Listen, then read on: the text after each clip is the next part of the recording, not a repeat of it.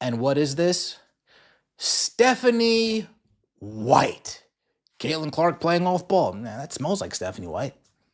Caitlin Clark playing the small forward. And that reeks like Stephanie White. Wait, why is Caitlin Clark the 4 in this lineup? Definitely seems like Stephanie White. Wait, why are we not pushing the pace when Caitlin Clark's in the game? That is very reminiscent of Stephanie White. Stephanie White. We didn't miss you, Stephanie. We missed Caitlin Clark.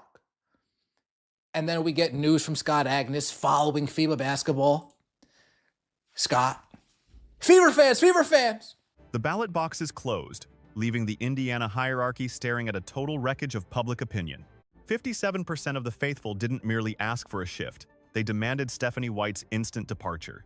Targeted and under fire, she finds the Fever's front office unable to tune out the deafening roar of discontent anymore.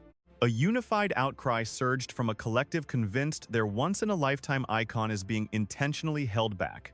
With the gauntlet thrown, escalating tension threatens to shatter the very foundation of the organization's internal walls. Transcending a few poor performances, the battle now centers on a franchise struggling to silence a massive cultural rebellion. Hold on, it appears Stephanie White has pushed the critical off-season priorities completely off her current radar. Roster construction appears forgotten as she ignores countless hours of essential scouting for international talent and free agents. Is she really bypassing the complex salary cap logistics required to architect a championship-caliber squad for the future? The tactical blueprint for maximizing Caitlin Clark's impact is being neglected, which is a truly shocking realization. That moment sparked a brutal 7-day stretch for Stephanie White. The deep dive begins now. Please support the content. Sharing opinions in the comments and subscribing to the channel provides immense support to this ongoing coverage. Recent polling data presents a catastrophic scenario for a coach originally hailed as the savior of this new era. Earning a direct rejection from over half the supporters makes any path toward redemption feel nearly impossible for her. Neither the executives nor the secondary players are bearing the brunt of this fierce public condemnation. While the marquee star remains untouched by criticism, every accusatory finger points squarely at the head coach's bench. This serves as a harsh awakening, proving the grace period has not only ended but has been completely incinerated. Supporters grew weary of rigid strategic choices that seemingly neutered the team's most valuable and dynamic weapons.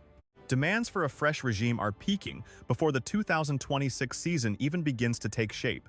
The situation breeds a healthy dose of skepticism regarding the core competence of the entire organization. It is hard to imagine legends like Bill Belichick or Nick Saban allowing such a bizarre narrative to unfold. An examination of the facts shows the coach accompanied Caitlin Clark to San Juan for the international qualifying rounds. While Clark earned the tournament's most valuable player honors, White managed the team's strategies from the sidelines. Serving on the United States basketball staff, White operates under the direction of head coach Carol Lawson. The narrative suggests she was a primary architect behind the recent court strategies, a mastermind in her own right.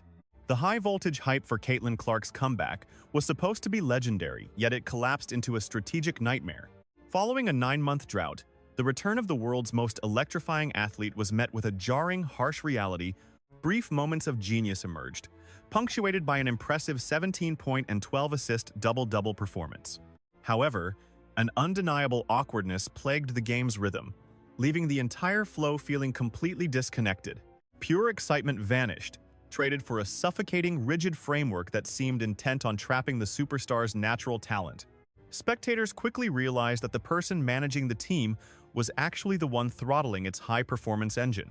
The chasm between potential and performance was undeniable, yet hope for a professional league turnaround still flickers. Possessing 25-point and 12-assist potential remains possible, provided the coaching staff unchains her unique abilities.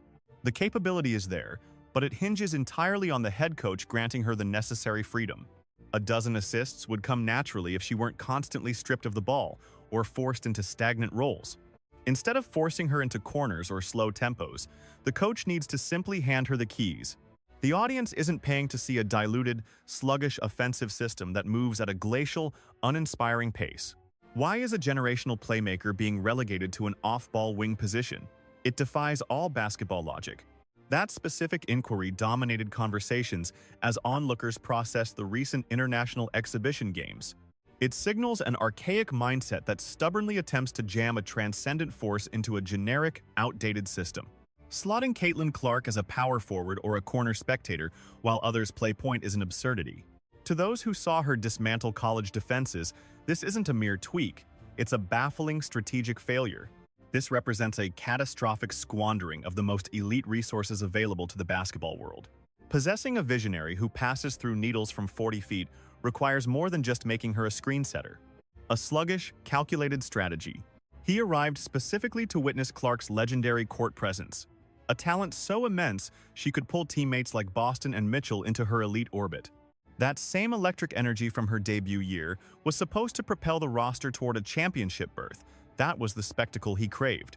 Most fans didn't tune in just to see her coast through 17 points and 10 assists. They weren't satisfied with a mediocre 17-point average. Yet, the agonizingly slow tempo has become a major point of contention for the disillusioned Indiana faithful. Everyone had gathered. They wanted the explosive, fast-break magic that transformed Clark into a global icon. Instead, they were served a diluted, glacial system that felt like trying to sprint through a swamp. Stephanie White seemed hell-bent on killing the momentum every single time the players tried to push the pace.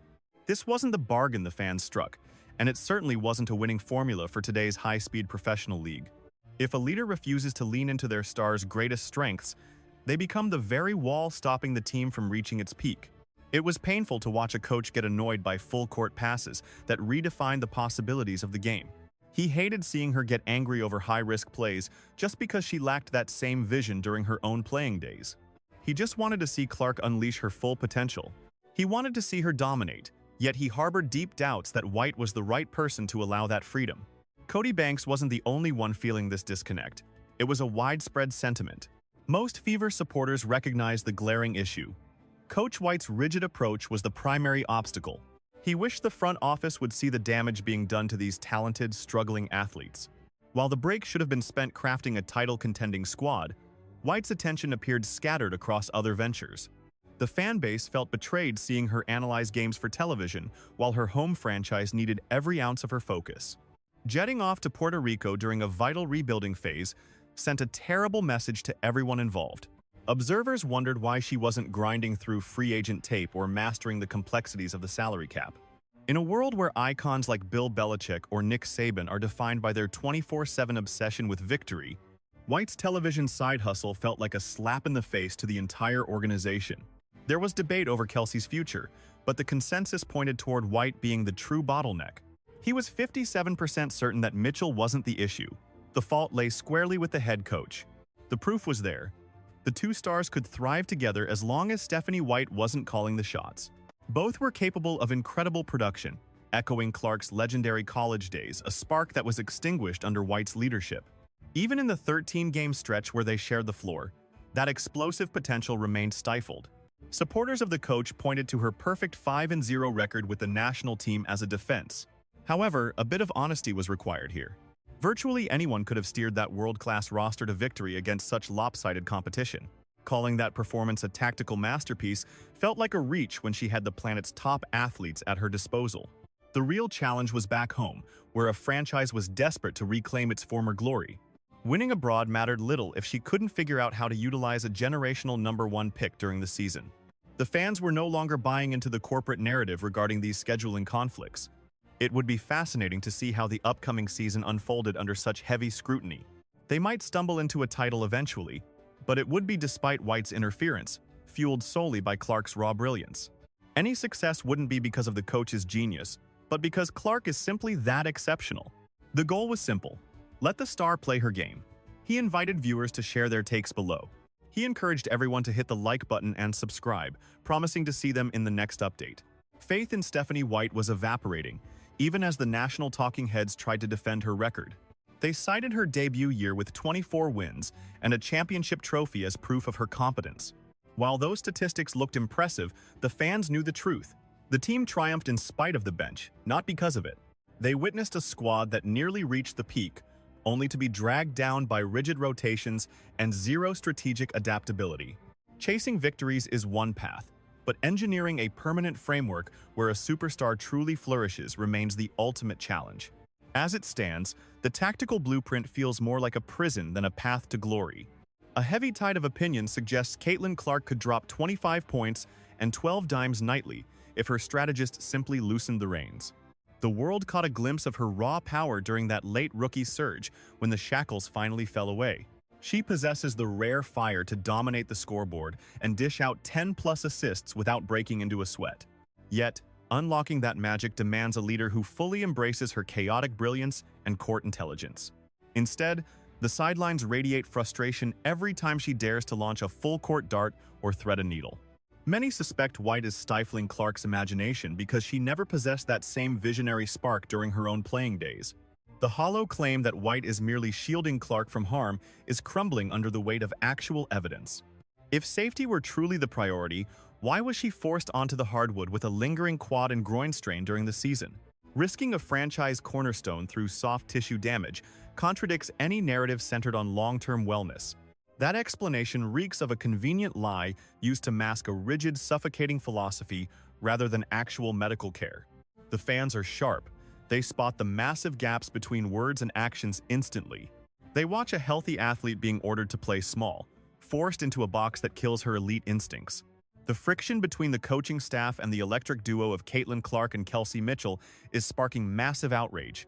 Statistics scream that these two could be unstoppable together, provided the system lets them run at high speeds.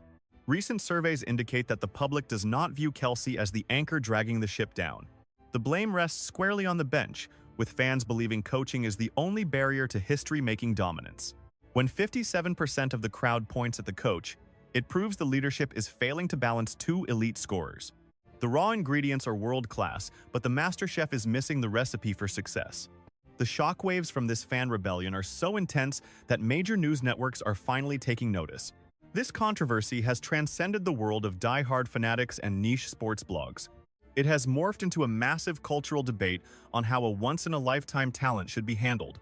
When headlines focus on the stinging backlash hitting a professional coach, the pressure has clearly hit a boiling point. The Fever's upper management can't hide behind the process anymore. That process looks shattered to those buying the jerseys. Failure to pivot now risks burning the bridge with the very audience that restored this franchise's pulse. History is unfolding as the fans demonstrate a far deeper understanding of the team's needs than the actual executives.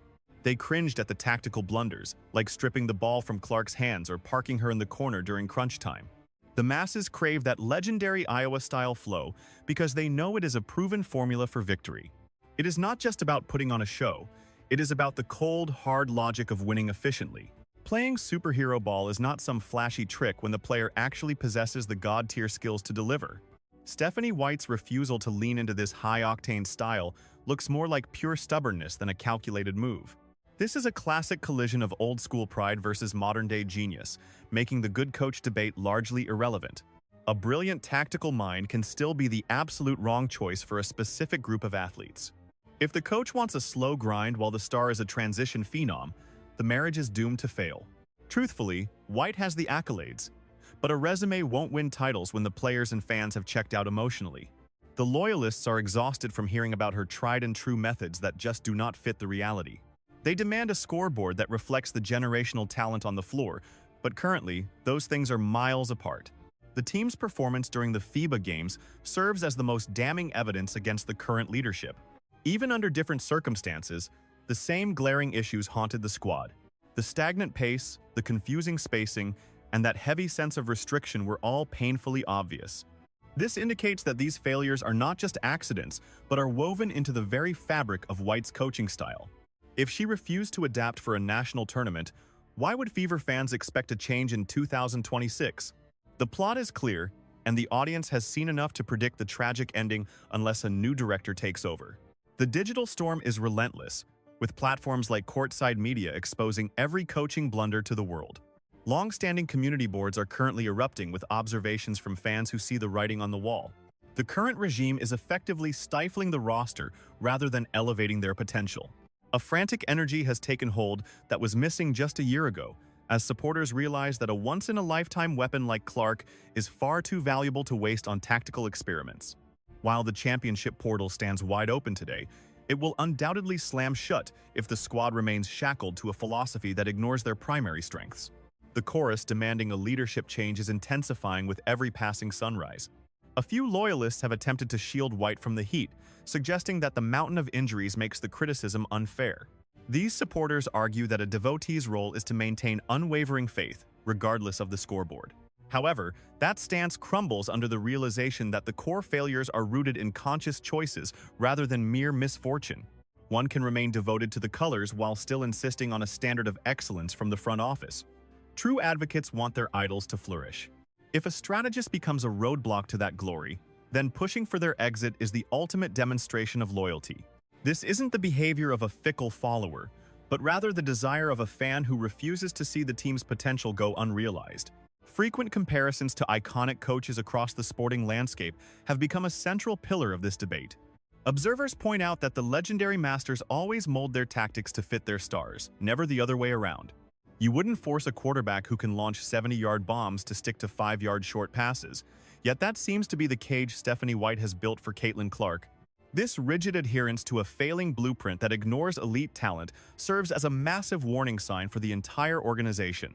It betrays a profound lack of foresight and a stubborn refusal to adapt to the modern game's evolution. The base is merely calling for a strategist whose vision is as groundbreaking as the athletes they are tasked with guiding.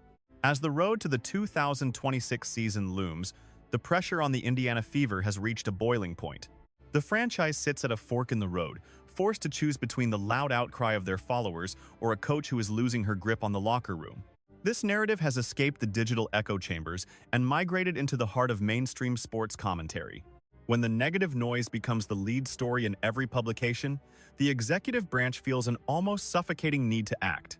They must now decide if they will be a pioneer of the future or a relic clinging to a dead era. The sand is rapidly vanishing from the hourglass.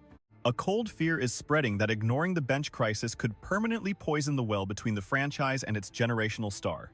History across every league proves that superstars never linger in places where their brilliance is dimmed by design.